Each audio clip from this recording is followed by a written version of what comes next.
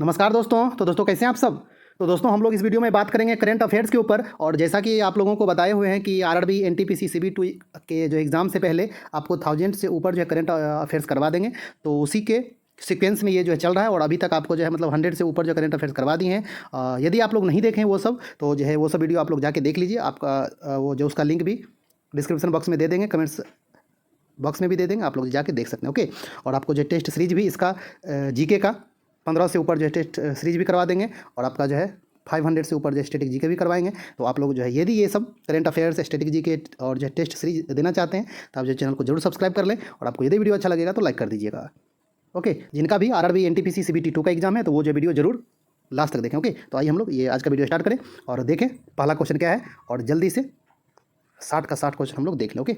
और आप लोग यदि इसका जो है पीडीएफ चाहते हैं तो आप जो है टेलीग्राम चैनल पे कमेंट्स कीजिएगा, आपको जो है पीडीएफ दे देंगे। ओके। टारगेट और अंडरस्कोर ये ऑफिसर करके सर्च करिएगा तो आपको जो है चैनल मिल जाएगा। ओके। आइए पहला क्वेश्चन क्या है। कोप साउथ 22 संयुक्त हवाई सैन्य अभ्यास किन दो देशों के बीच संपन्न हुआ।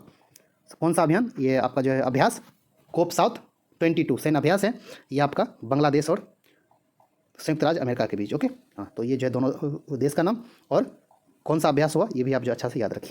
चलिए अगला देखें। नंबर 2, भारत सरकार ने वयस्कों के शिक्षा के लिए कौन सी एक नई योजना शुरू की है। मतलब जो है आपका एडल्ट के लिए कौन सी एक नई योजना शुरू किया है। New India literacy program. Okay. हाँ, वयस्कों के शिक्षा के लिए एक जो है नई योजना किया है शुरू, उसका नाम है न्यू इंडिया लिटरेसी प्रोग्राम।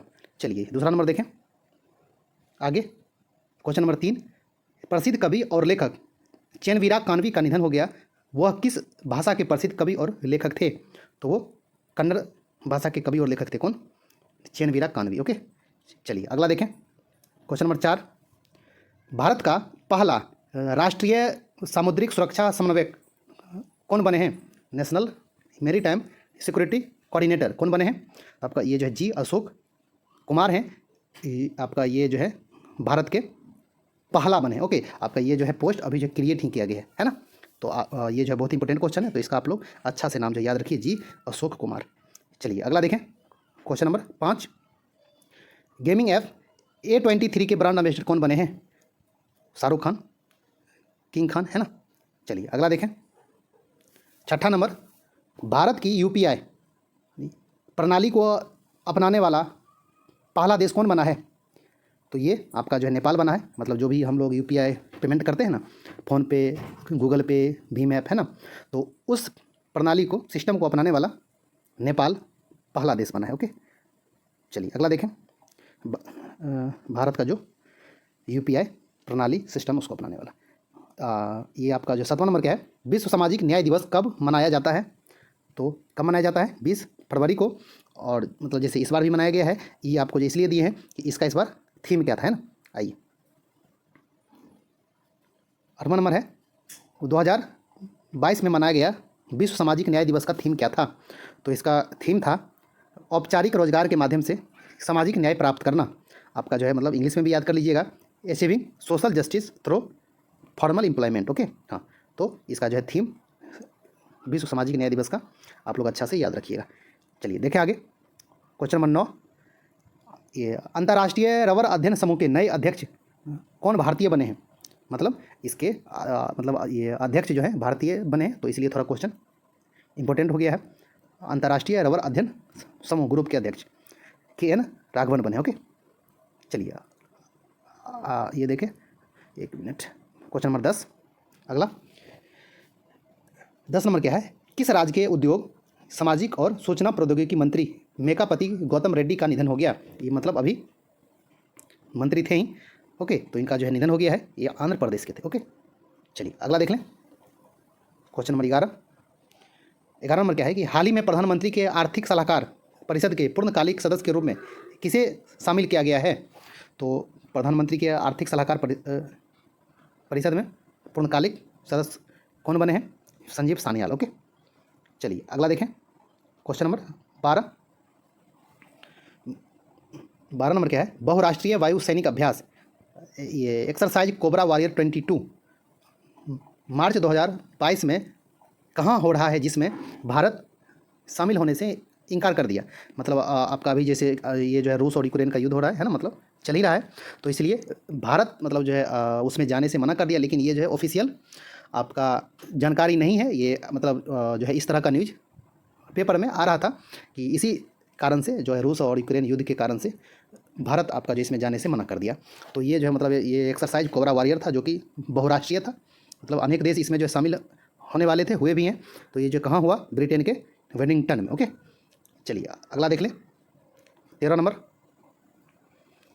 केंद्रीय उत्पाद शुल्क दिवस कब मनाया जाता है?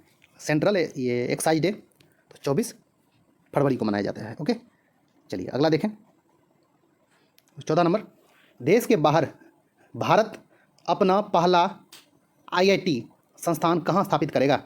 मतलब भारत के बाहर पहला जो मतलब आईआईटी संस्थान जो स्थापित होगा वो संयुक्त अरब ये जो है अमीरात में स्थापित होगा। ओके, यूएई में, है ना। हाँ, तो ये भी आपका बहुत इंपॉर्टेंट क्वेश्चन है, भी है, तो इसको थोड़ा अच्छा से देख लीजिएगा। चलिए अगला देखें। 15 नंबर, उत्तराखंड में किसानों के लिए किसान मोबाइल ऐप किस संस्था ने लॉन्च किया है? तो ये आपका जो है आईआईटी रुड़की। ओके, चलिए अगला देखें। 16 नंबर, 16 क्या है? भारतीय औद्योगिक विकास बैंक, ये industrial development bank of India IDBI के प्रबंधक निदेशक एवं मुख्य कार्यकारी अधिकारी फिर से कौन बने? मतलब ये पहले भी थे और एक बार फिर से बने, आपका जो है राकेश शर्मा। ओके, प्रबंधक निदेशक, मैनेजिंग डायरेक्टर और मुख्य कार्यकारी अधिकारी, CEO, chief executive officer. Okay, चलिए अगला देखें। 17 नंबर, भारत, एक मिनट थोड़ा सा जूम कर देते हैं।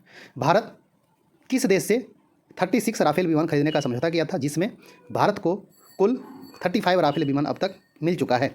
तो ये जो राफेल विमान किस देश से भारत खरीद रहा है? फ्रांस से। ओके, ये टोटल कितना? 36। चलिए अगला देखें।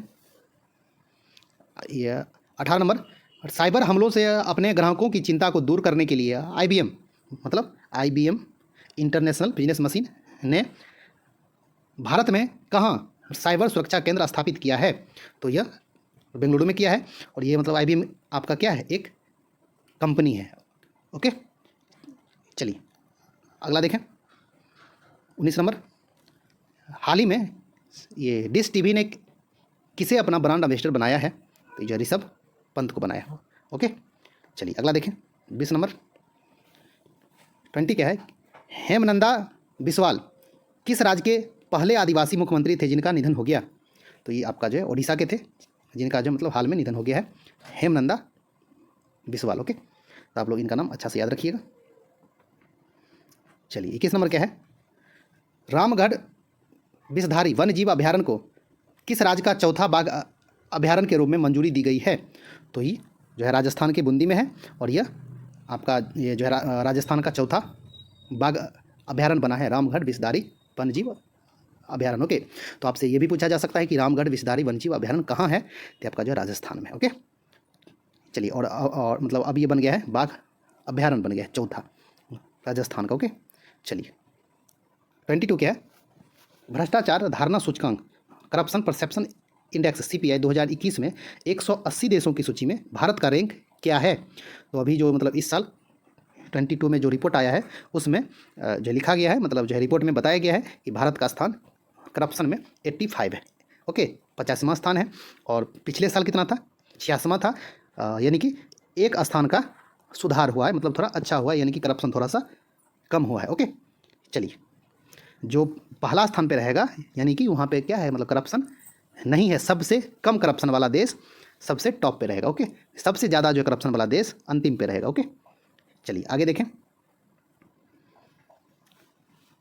भ्रष्टाचार धारणा सूचकांक, करप्शन परसेप्शन इंडेक्स 2021 में 180 देशों की सूची में प्रथम स्थान पर कौन सा देश है, मतलब सबसे कम भ्रष्ट देश?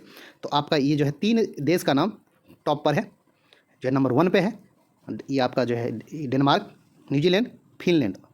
ओके, तो आपसे ये पूछा जाएगा आपको, जैसे कि 4 ऑप्शन देगा और इनमें से कौन प्रथम स्थान पर नहीं है ना? तो आप ये तीनों का नाम अच्छा से याद कर लीजिए। ओके, एक जो है डेनमार्क है, एक है न्यूजीलैंड, एक फिनलैंड। ओके, हाँ, तो ये भी इंपॉर्टेंट क्वेश्चन है। भारत का स्थान कितना? 85। चलिए अगला देखें। 24 नंबर, भ्रष्टाचार धारणा सूचकांक करप्शन परसेप्शन इंडेक्स 2021 में 180 देशों के सूची में अंतिम स्थान पर कौन सा देश है? मतलब सबसे ज़्यादा जो भ्रष्ट है देश वो आपका कौन सा है? दक्षिण सूडान 180 नंबर पे है। ओके, हाँ, तो थोड़ा अच्छा से ये सब ध्यान में रखिएगा। 25 नंबर क्या है? तो भ्रष्टाचार धारणा सूचकांक corruption perception index CPI report कौन जारी करता है? तो ये जो है ट्रांसपेरेंसी इंटरनेशनल है, ये जो है जर्मनी में स्थित एक संस्था है, जो है वो ये रिपोर्ट मतलब हर साल आपका जो जारी करता है ना। तो आपसे जो है ये भी पूछा जा सकता है कि CPI का पूर्ण रूप क्या है, तो आप थोड़ा सा ये अच्छा से याद रखिएगा, करप्शन परसेप्शन इंडेक्स। ओके, चलिए इसका जो मुख्यालय कहाँ है? बर्लिन, जर्मनी में। चलिए 26 नंबर, प्रथम अंतर्राष्ट्रीय शिक्षा दिवस कब मनाया गया? मतलब पहली बार, है ना। और आपका जो है इसको जो मान्यता जो दी गई, अंतर्राष्ट्रीय मान्यता जो मिला, वो उसके के बाद ये पहली बार जो मनाया गया 24 जनवरी जो है 2019 को। और आपसे ये पूछे कि जो है मतलब अंतर्राष्ट्रीय शिक्षा दिवस कब मनाया जाता है, ये इंटरनेशनल ये एजुकेशन डे, तो 24 जनवरी को, है ना। और पहली बार कब मनाया गया? तो 24 जनवरी 2019 को। चलिए अगला देखें, 27 नंबर, संयुक्त राष्ट्र महासभा द्वारा अंतर्राष्ट्रीय शिक्षा दिवस मनाने का प्रस्ताव कब पारित किया गया? तो 3 दिसंबर 2018 को पारित किया गया, जो है मतलब UNO के महासभा से, है ना। और पहली बार 24 जनवरी 2019 को मनाया गया, है ना। चलिए तो ये जो है दोनों डेट आप अच्छा से रखिए याद। और ये अब आइए मुद्दे की बात कि इस साल मतलब जो हुआ है इसका थीम क्या था? तो 24 जनवरी 2022 को मनाया गया चौथे अंतर्राष्ट्रीय शिक्षा दिवस का थीम क्या था? 19 में हुआ पहली बार, 20 में हुआ दूसरी बार, 21 में हुआ तीसरी बार और 22 में हुआ चौथा बार, है ना। तो इस बार इसका थीम क्या था?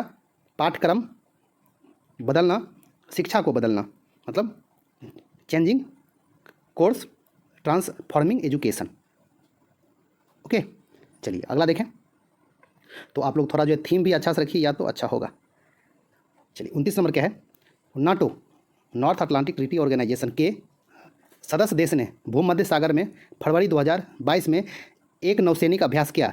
इस अभ्यास का क्या नाम था? मतलब जो है नाटो देश के द्वारा एक जो है नौसैनिक अभ्यास किया गया, उसका क्या नाम था? Neptune strike 22। ओके, हाँ, तो आप लोग थोड़ा अच्छा से याद रखिएगा ये सब नाम। चलिए अगला देखें, 30 नंबर, गुरु घासीदास राष्ट्रीय उद्यान देश का 53वां टाइगर जो रिजर्व बना, यह किस राज्य में है? तो दोस्तों गुरु घासीदास राष्ट्रीय उद्यान किस जो राज्य में? छत्तीसगढ़ में है। ओके, चलिए अगला देखें, 31 नंबर। 31 नंबर क्या है? भारत का सबसे बड़ा इलेक्ट्रिक वाहन चार्जिंग स्टेशन कहाँ खोला गया? तो कहाँ खोला गया? गुरुग्राम में खोला गया है, दिल्ली जयपुर राष्ट्रीय राजमार्ग मतलब नेशनल हाईवे पे। ओके, चलिए भारत का सबसे बड़ा आपका 32 नंबर क्या है?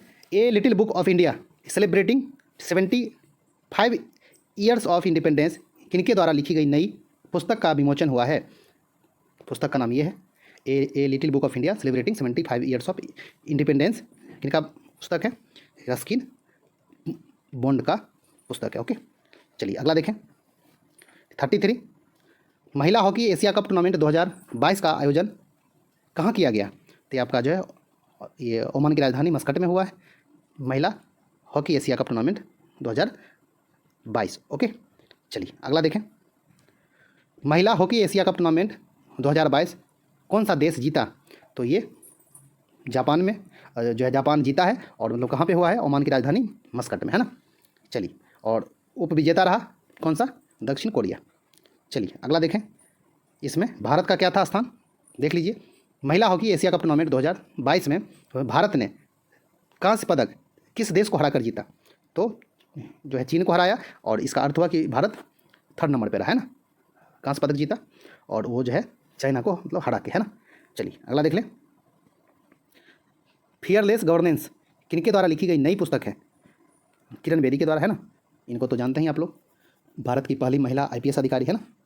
चलिए अगला देखें, 37 नंबर, कृषि क्षेत्र के डिजिटल वित्त पोषण समाधान के लिए एग्री इन्फिनिटी कार्यक्रम किस बैंक ने शुरू किया है? मतलब कृषि क्षेत्र को मतलब जैसे डिजिटल करने के लिए एक वित्त पोषण मतलब उनको फाइनेंशियल सपोर्ट करने के लिए एक कार्यक्रम जो है लॉन्च किया है किस बैंक ने? ये एग्री इन्फिनिटी के नाम से यस बैंक। ओके, चलिए हम लोग अगला देख लें। 38 नंबर, बिहार में खादी के ब्रांड एम्बेसडर किसे बनाया गया है? तो ये आपका जो मनोज तिवारी बने हैं, गायक हैं, राजनेता है ना। चलिए अगला देख लें। 39, प्रसिद्ध grand slam tournament tennis tournament कौन कौन है? तो आपका प्रसिद्ध जो है वो ये आपका जो होता है जो स्टार्टिंग में साल के स्टार्टिंग में आपका जो ऑस्ट्रेलियन ओपन होता है, ये हार्ड कोर्ट पे होता है। उसके बाद आपका जो है फ्रेंच ओपन होता है, ये क्ले कोर्ट पे होता है ना। उसके बाद आपका जो है ये जो विंबलडन होता है वो जो घास के मैदान पे होता है। और आपका जो सबसे मतलब लास्ट में जो होता है वो आपका अमेरिकी ओपन होता है, वो भी हार्ड कोर्ट पे होता है। ओके, तो ये चारों आप लोग एक जो सीक्वेंस में याद रखिएगा।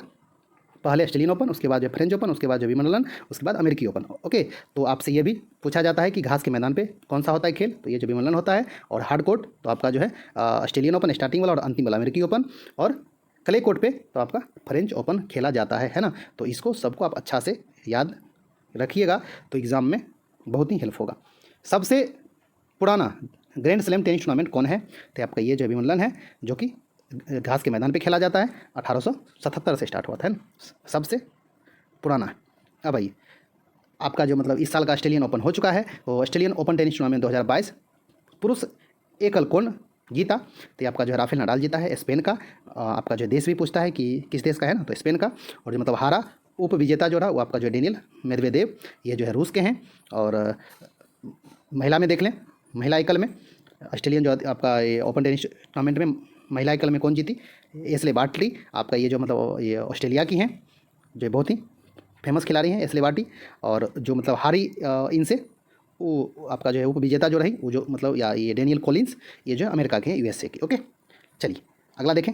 तो आप लोग थोड़ा मतलब ऑस्ट्रेलियन ओपन अच्छा से मतलब जो है कम से कम ये एकल वाला तो जो याद कर लीजिए, पुरुष एकल और महिला एकल। ओके, इसमें जो है मिक्स भी होता है ना, डबल्स भी होता है। चलिए ये 43 क्या है? ये इंडोनेशिया की नई राजधानी का क्या नाम है? तो नूसंतारा है।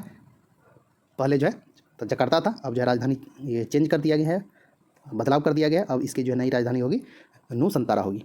चलिए ये एमवे इंडिया के ब्रांड एम्बेसडर कौन बने हैं? तो एमवे इंडिया के ब्रांड आपका एम्बेसडर अमिताभ बच्चन बने, है ना। चलिए अगला देखें। 45 नंबर, सौर गठबंधन का 101वां देश कौन सा बना है? मतलब इंटरनेशनल सोलर अलायंस जो है उसका 101वां जो बना है देश, अभी जो मतलब नवीनतम जो बना है देश, वो आपका संयुक्त राज्य अमेरिका बना है, यूएसए। ओके, चलिए अगला देखें। 46 नंबर, अंतर्राष्ट्रीय सौर गठबंधन आईएसए, है ना, का मुख्यालय कहाँ है? तो ये आपका जो मुख्यालय भारत में ही है, गुरुग्राम हरियाणा में है। ओके, चलिए अगला देखें। 47 नंबर, अंतर्राष्ट्रीय सौर गठबंधन का स्थापना कब हुआ? तो ये जो है 30 नवंबर 2015 को पेरिस फ्रांस में हुआ था, है ना। इसमें भारत और फ्रांस का हाथ जो सबसे ज़्यादा है इसको स्थापित करने में। ओके, चलिए अगला देखें। 48 नंबर, अंतर्राष्ट्रीय सौर गठबंधन के वर्तमान में महानिदेशक कौन है? इंटरनेशनल सोलर जो ये अलायंस है, इसका जो मुख्यालय आपका भारत में ही है, गुरुग्राम में। इसके महानिदेशक अभी कौन है? तो अजय माथुर है। ओके, चलिए अगला देखें। 49 नंबर, रोप वे सेवा शुरू करने वाला पहला मतलब भारत का पहला शहर कौन बना है? ये आपका जो है वाराणसी बना है। मतलब सिटी में जो है ये रोप वे आपको ये मतलब जो है एक जगह से दूसरी जगह ये मतलब जाना है तो आप रोप वे के सहारे से जा सकते हैं। ओके, चलिए आगे देखें। 50 नंबर, पर्यटन को बढ़ावा देने के लिए किस राज्य सरकार ने स्ट्रीट परियोजना शुरू किया है? तो यह केरल सरकार जो है शुरू किया है आपका स्ट्रीट परियोजना। ओके, चलिए अगला देखें। 51 नंबर, 7वां डॉक्टर MS स्वामीनाथन पुरस्कार किसे प्रदान किया गया? मतलब स्वामीनाथन जो है पुरस्कार इस बार किसे दिया गया है? तो जो है V प्रवीण राव को दिया गया है, जो कि कहाँ के हैं? तेलंगाना के हैं। ओके, चलिए अगला देखें।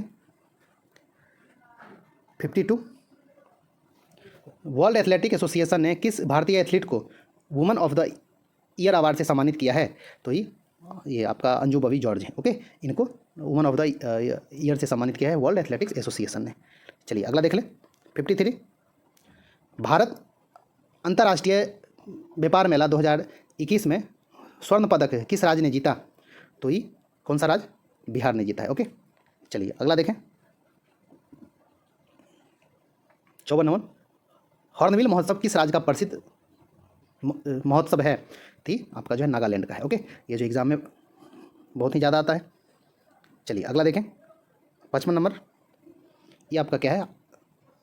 अंतर्राष्ट्रीय मुद्रा कोष की उप प्रबंधक निदेशक बनने वाली पहली व्यक्ति, पहली भारतीय कौन बनी है? तो ये आपका जो है गीता गोपीनाथ बनी है, जो कि पहली भारतीय हैं उप प्रबंधक निदेशक। और ये जो है पद पहले नहीं था, ये आपका जो इधर ही सृजित ही किया गया, और इस पद पे आने वाली पहली जो व्यक्ति बनी है, पहली भारतीय भी बनी, आपका जो गीता गोपीनाथ बनी। ओके, चलिए इनके बारे में क्या है? गीता गोपीनाथ जो थे पहले मतलब IMF के मुख्य अर्थशास्त्री थे। ओके, चलिए अगला देखें। इसका जो हेडक्वार्टर कहाँ है IMF का? Washington DC। चलिए 56 नंबर, वर्तमान में IMF की प्रबंधक निदेशक कौन है? ये आपका जो है क्रिस्टलिना जॉर्जीवा है, जो कि कहाँ के हैं? बुल्गारिया की है। ओके, और जो गीता जो गोपीनाथ हैं वो क्या है? उप निदेशक हैं। ओके, हाँ मतलब जो है इनके नीचे हैं वो, है ना। तो मतलब इसको थोड़ा आप लोग अच्छा से ध्यान में रखिएगा। चलिए 57 नंबर क्या है? दिसंबर 2021 में उड़ीसा, आंध्र प्रदेश और पश्चिम बंगाल से टकराने वाला चक्रवात का क्या नाम दिया गया था? तो इसका जो नाम था जवाद था, जो कि किसके द्वारा दिया गया था? सऊदी अरब के द्वारा। ओके, आइए और आपसे कहीं ये पूछ दें कि जैसे मई में आया था तो उसका क्या नाम था? तो जो यश था, सितंबर में जो आया था आपका उसका नाम गुलाब था। ओके, चलिए 58 नंबर देखें। 58, इसरो के नए अध्यक्ष कौन बने हैं? तो आपका ये जो है डॉक्टर S सोमनाथ हैं। इनसे पहले कौन थे? के सिवान थे, ये इनका स्थान लिए हैं।